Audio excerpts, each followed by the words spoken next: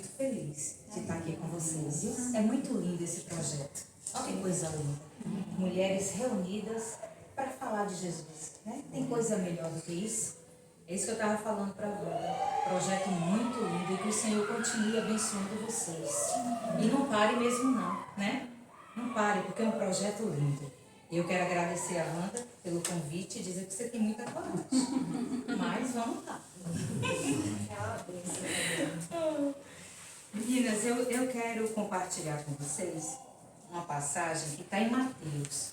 Eu queria que vocês deixassem a Bíblia sempre aberta e acompanhassem comigo, que a gente vai dar um passeiozinho aqui pelo Sermão da Montanha, né? E vamos lá, Mateus 7, 24, versículo 24.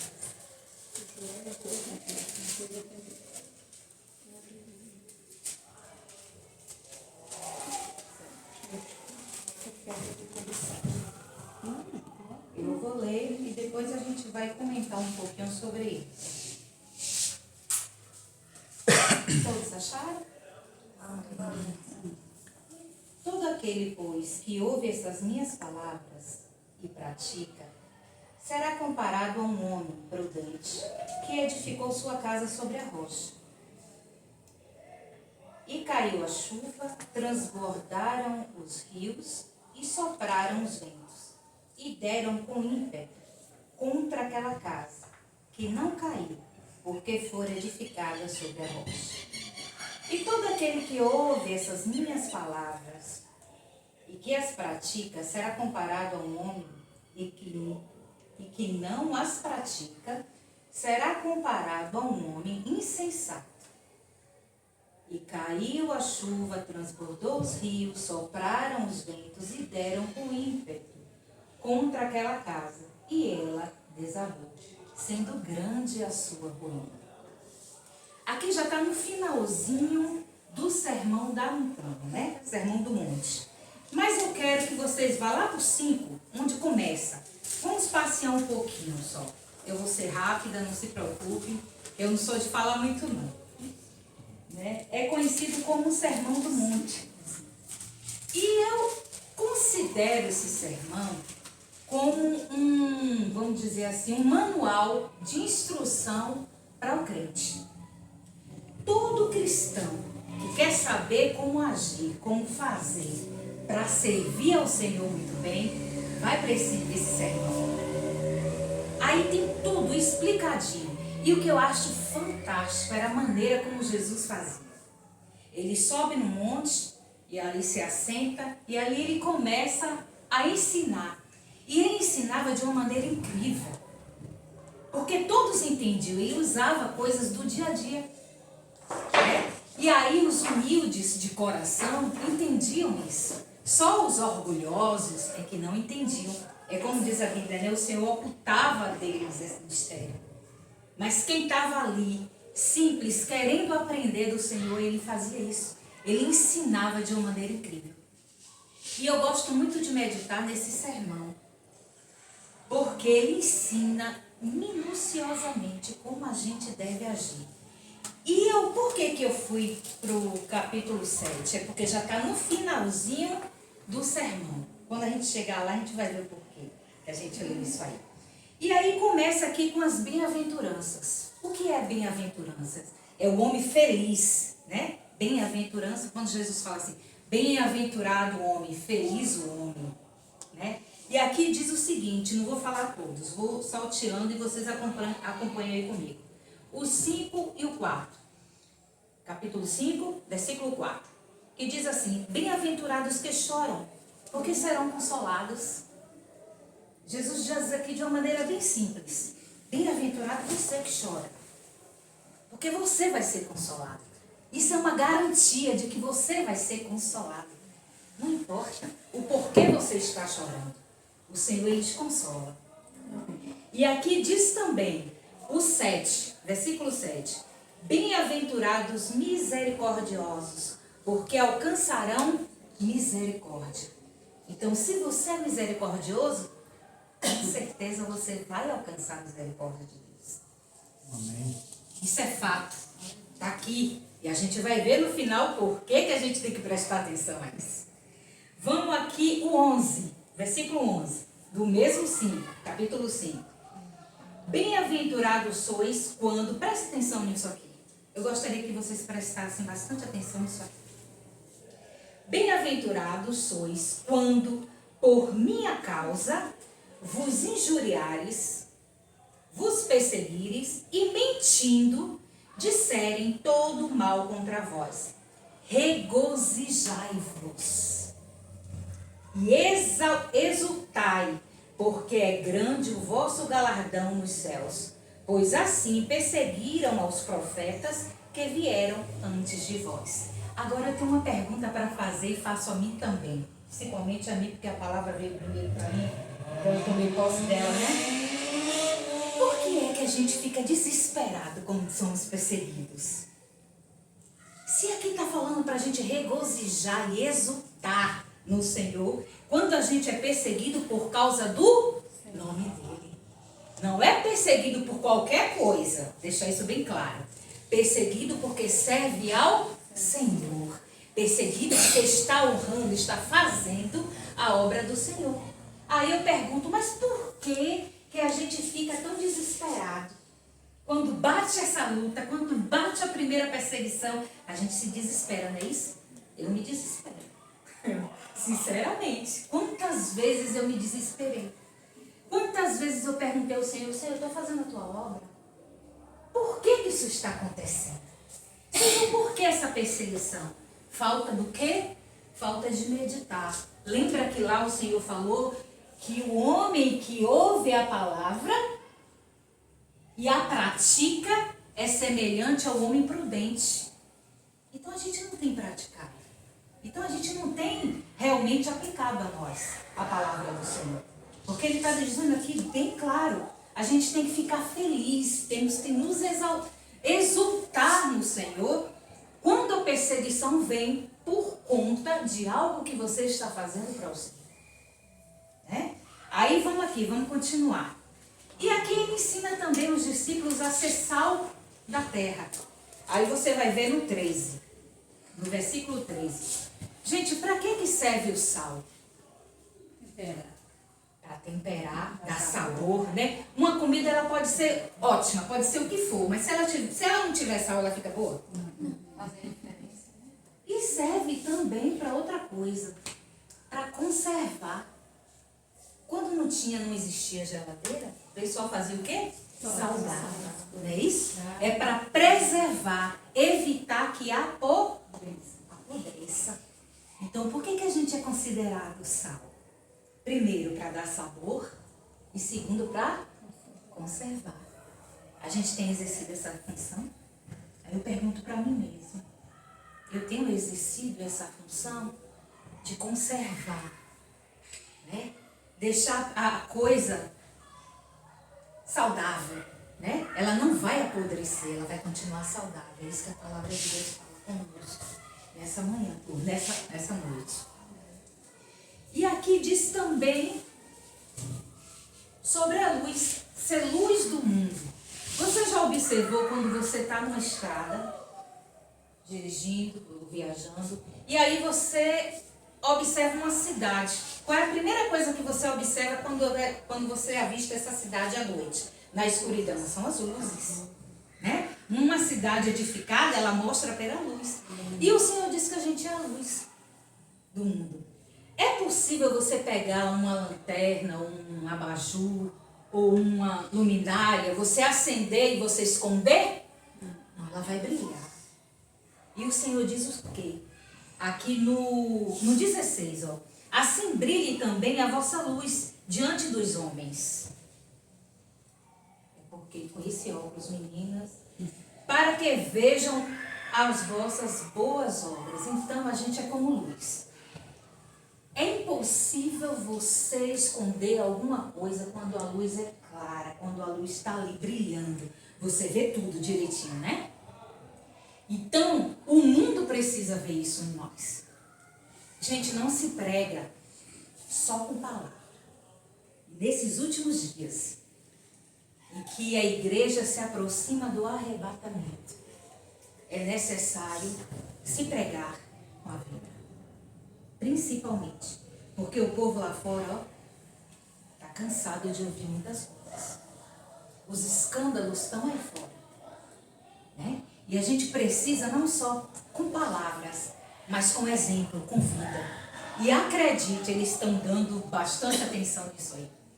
Principalmente nesses últimos dias. Então é por isso que a gente precisa ser luz. E que o Senhor tenha misericórdia de nós. Que a gente possa realmente ser luz, pregar com a nossa vida. Não só com palavras, mas com vida. E aí continua. Aqui ele diz o seguinte. No versículo 19.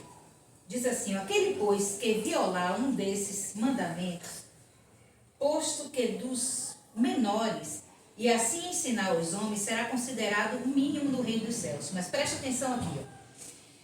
Porém, que os observar e ensinar, esse será considerado grande no reino dos céus. O que é que vocês estão fazendo aqui? Ensinando. Ensinando a palavra. Por que dá frutos? Porque ensina da palavra. E será considerado, isso está no memorial de Deus. Está tudo no memorial de Deus. Tudo que você faz está no memorial de Deus. E aí ele diz aqui que será considerado grande no reino dos céus. Continuando, vamos agora para o 43. Diz o seguinte. Ouviste que foi dito, amarás o teu próximo e odiarás o teu inimigo. Repara que lição, que show que o Senhor dá aqui de ensinamento. Eu amo esse sermão. E aí diz assim, eu porém vos digo, amai a vossos inimigos e orai pelos que vos perseguem. É fácil? É fácil? Eu quero perguntar a vocês, é fácil você amar a pessoa que está te perseguindo? Mas é gostoso, né? A gente amar uma pessoa que nos ama, que é bom com a gente. É bom demais, né? A gente ficar junto de quem nos apoia, quem gosta de nós, né? Quem nos orienta, nos apoia. É muito bom. Mas quando surge aquele inimigo, aí o povo diz que o tempo da lei era mais difícil do que o tempo da graça. Eu não sei não, eu tenho minha dúvida. Eu acredito que o tempo da graça se exige muito mais. No tempo da lei dizia que não podia se prostituir. O tempo da graça diz que só olhar para uma mulher com um olhar impuro já cometeu adultério. Você está vendo como é que é? O tempo da graça se exige muito mais. E aqui diz o seguinte, amarás o teu amigo e o teu inimigo aborreceis, o tempo da lei. E Jesus vem e diz, não é bem assim não. Você precisa amar o seu inimigo. Porque se você faz isso, se você ama a quem te ama, que diferença faz? Você vai estar agindo. Qual é a renúncia? Qual é a dificuldade nisso? Não tem dificuldade nenhuma. Mas amar a quem nos persegue não é fácil. Eu estou dizendo isso aqui, mas eu tenho consciência de que não é fácil. Mas com a graça, com a unção do Espírito Santo, a gente consegue. A gente não consegue só. É impossível. Mas se você colocar diante de Deus isso e pedir, Jesus me dê a graça. Eu preciso da tua graça. Eu preciso que o Senhor me capacite para isso. É possível, porque se não fosse possível, o Senhor jamais nos mandaria fazer isso. É possível. Não é fácil, mas é possível. Aí vamos aqui adiante. Aí tem aqui. O Senhor nos ensina como dar esmolas, né? Interessante que ele chama de hipócrita aquelas pessoas que dão esmola e faz tocar trombeta para mostrar o que deu, né? O que fez de bom. E aqui ele diz o seguinte, que a nossa mão direita dá e a esquerda não vai nem saber que deu. Então é uma coisa bem oculta, né? Você tem que fazer isso de uma maneira oculta. E o Senhor também nos ensina aqui como orar. E não usando de vãs repetições. Está aqui, ó, no 8. Não, no 7.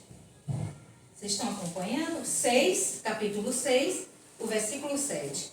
E orando não useis de vãs repetições, como os gentios, porque presumem que pelo muito falar serão ouvidos. Irmãos, eu quero entrar nesse ponto aqui.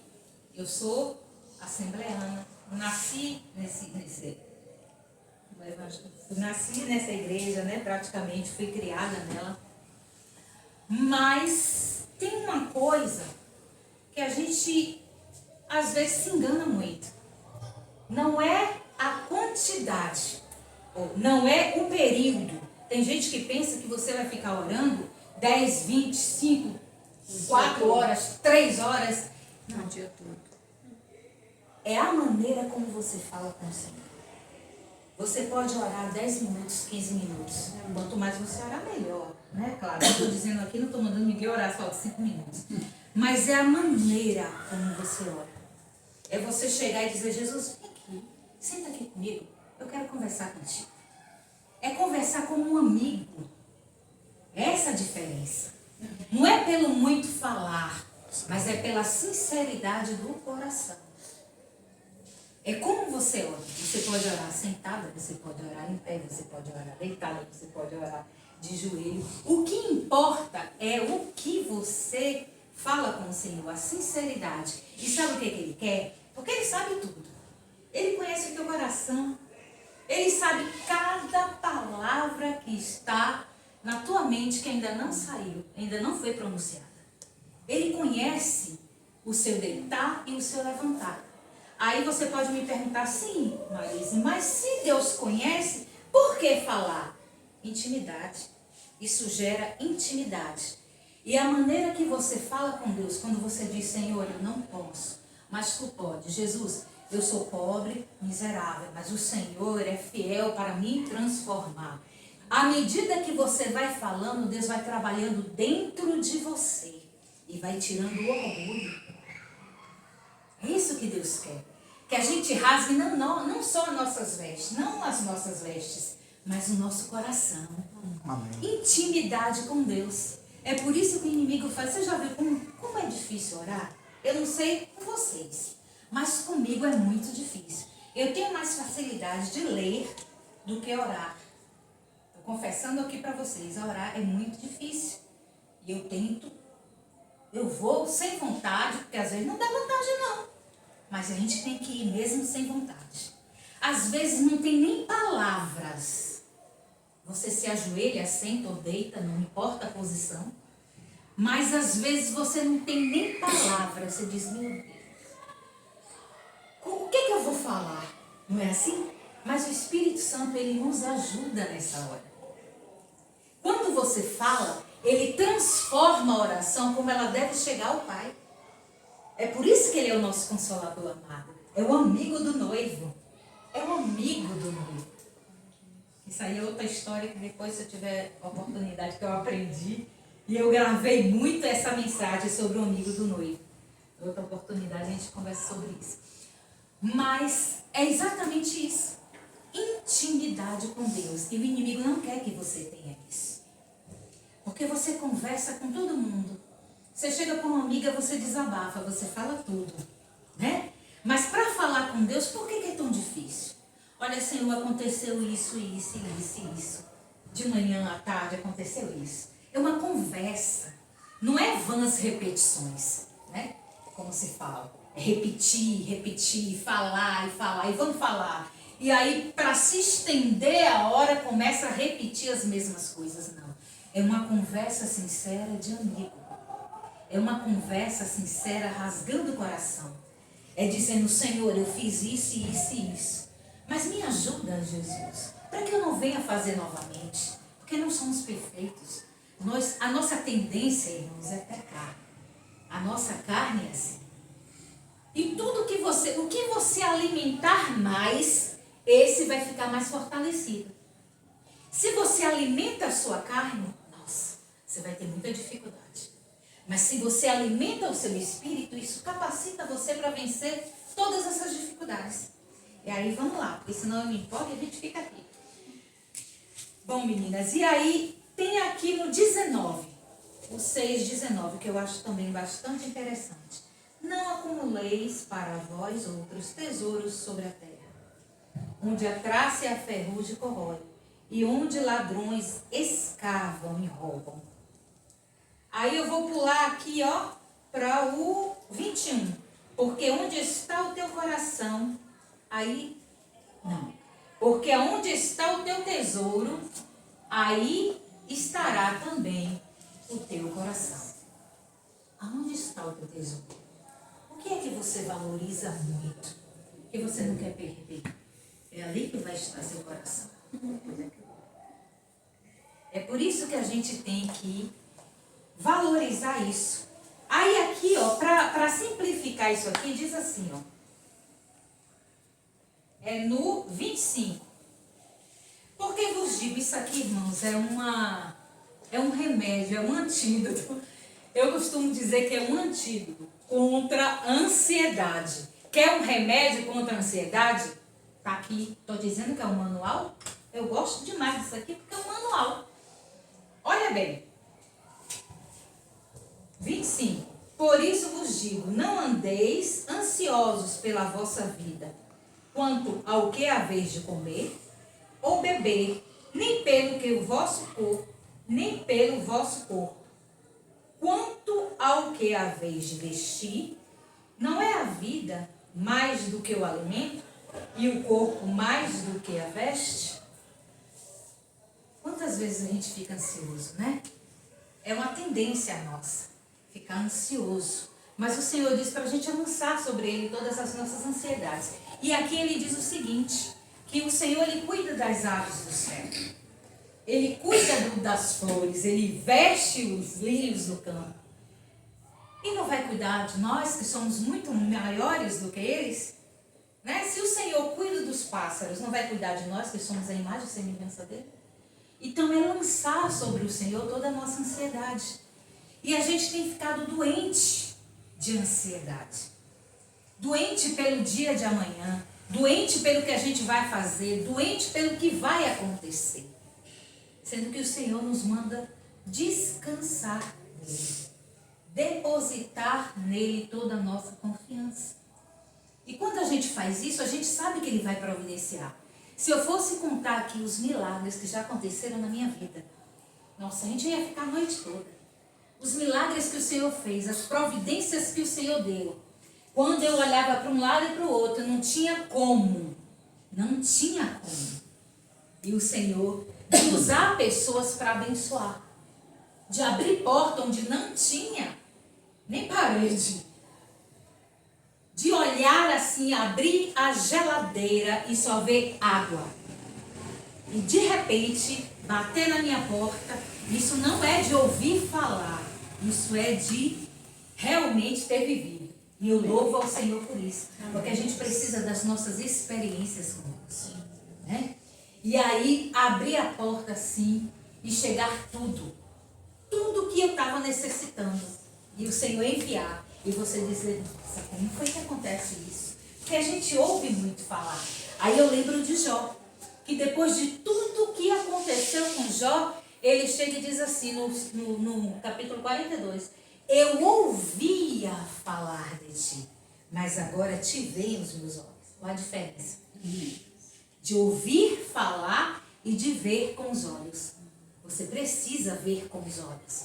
Como é que se vê com os olhos? Vivendo os milagres de Deus. E Ele tem para cada um de nós. Ele tem para cada um de nós. Não se preocupe, porque Deus, Ele tem para cada um de nós um milagre.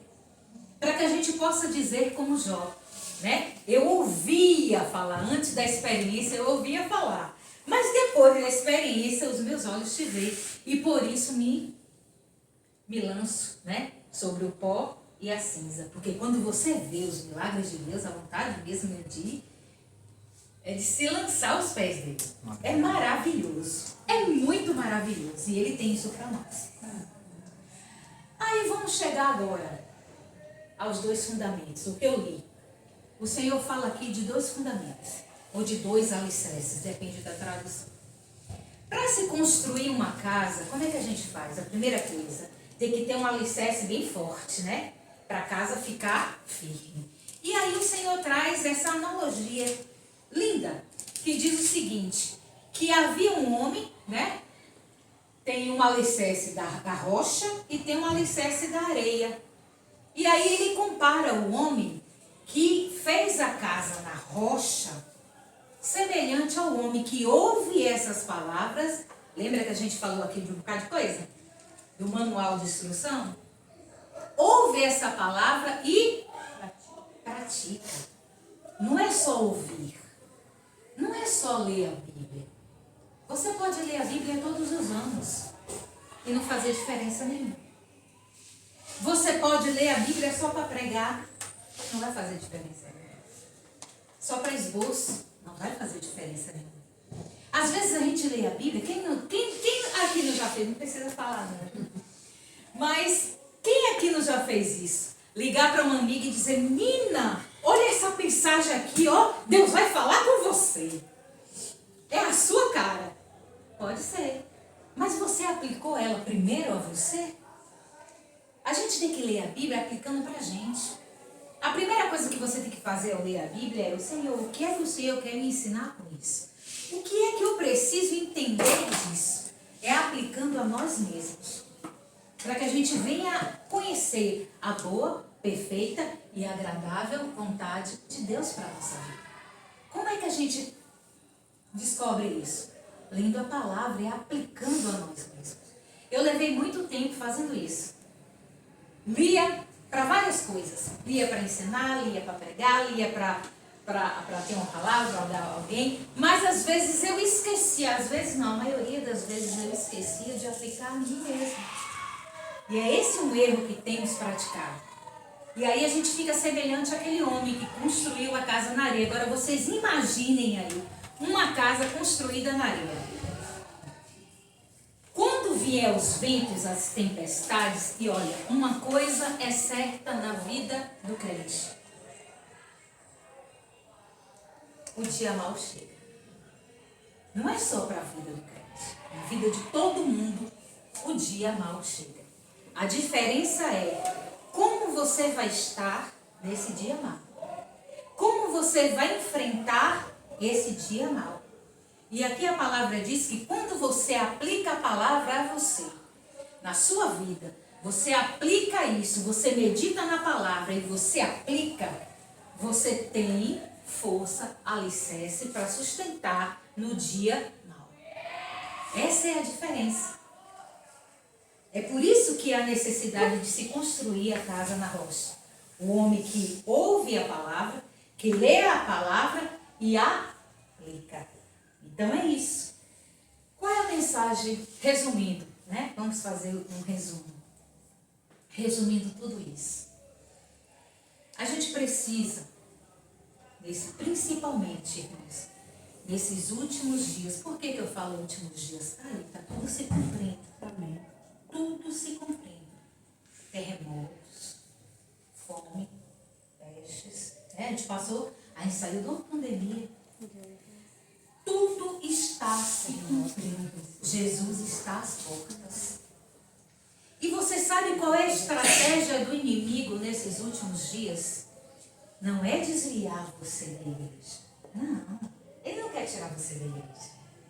Ele não quer tirar você da igreja. Ele quer quebrar as tuas pernas espirituais e deixar você aleijado dentro da igreja. Por que a gente vê tantas pessoas que não tem mais força de ler a palavra, não tem mais força de jejuar, não tem mais força para orar? Porque o inimigo vem, ele não vem de vez, ele vem com estratégias aos poucos. É por isso que é a importância de se ler a palavra, aplicar, e da oração feita intimamente com Deus. É isso que nos faz vencer o dia mal. E é isso que nos faz, irmãos, vencer essa morte espiritual. A gente precisa aprender isso. A gente tem um poder nas mãos, mas o inimigo cega. A nossa oração tem que ser, Senhor, abre os meus olhos e os meus ouvidos, para que eu possa entender, Senhor. A gente tem um poder incrível nas mãos que o Senhor nos deu. A gente tem poder do céu para vencer o inimigo. Mas Ele tem nos cegado nesses últimos dias, porque Ele sabe que o arrebatamento da igreja está próximo. Quem bem conhece o ser humano é o inimigo. Ele conhece desde da sua formação. E ele é inteligente. Então a gente precisa realmente se apegar ao Senhor, principalmente nesses dias. Vamos orar, buscar ao Senhor, mas orar da maneira que foi dita aqui, rasgando o coração ao Senhor e lendo a palavra, aplicando a nós mesmos. E uma coisa é certa, nós vamos vencer o dia mal. Amém. Nós vamos vencer. E para encerrar, lembre-se de uma coisa. Vocês podem dizer uma palavra um pouco dura, mas foi o que o Senhor me deu. Né? E eu já entendi, acredite, e não foi fácil. Eu já entendi que a gente não tem que questionar a Deus. A gente tem que fazer a vontade dele. Né? E isso é o que basta. Às vezes a gente questiona muito, a gente diz, Senhor, por que isso? Por que eu vou fazer assim? Eu deveria fazer assim. Quem somos nós, né? Barro para contender com o oleiro. Então, é isso. O que eu entendi, irmãos, é que a gente precisa dizer, Senhor, eis-me aqui, cumpra-se em mim o teu querer. Não é fácil, mas eis-me aqui, Senhor. A gente vê a Bíblia, vários exemplos de pessoas que foram vitoriosas porque creram que o Senhor, Ele faz infinitamente mais do que tudo que você imaginou. E lembre de uma coisa, há uma recompensa para tudo isso, para fechar. Há uma recompensa. E olha, presta atenção na recompensa. O que nunca olhos humanos viram. E nunca chegou ao coração do homem. Imagine aí. Olha que nessa terra tem coisa bonita, não tem não? Tem, gente. No mundo tem muita coisa bonita. Tem lugares lindos. Mas a Bíblia diz que aquilo que os olhos humanos jamais viram e que nunca chegou ao coração do homem é o que Deus tem preparado para nós. Aleluia. E a gente vai tomar posse disso. Você sabe qual é a maior vitória do crente nesses últimos dias? Não é ter um carro. É comum? É, claro. Quem é que não quer? Né? Mas não é isso. Não é uma casa. A gente não tem que se preocupar com essas coisas. Lógico. A gente precisa viver, sobreviver no nosso dia a dia. Mas a nossa maior preocupação, sabe o que é? É a eternidade com Cristo. Amém. Você sabe o que é uma eternidade? A gente vive quanto tempo? 70, 80? Muitos chegam aos 100, né? Mas é muito raro. A eternidade não tem fim. Se você parar para analisar isso, o que Deus tem para nós é eterno. A gente vai viver uma eternidade com Ele. Você já teve a experiência de sentir o gozo do Espírito Santo? De você fechar os olhos e você sentir aquela coisa gostosa do Espírito Santo?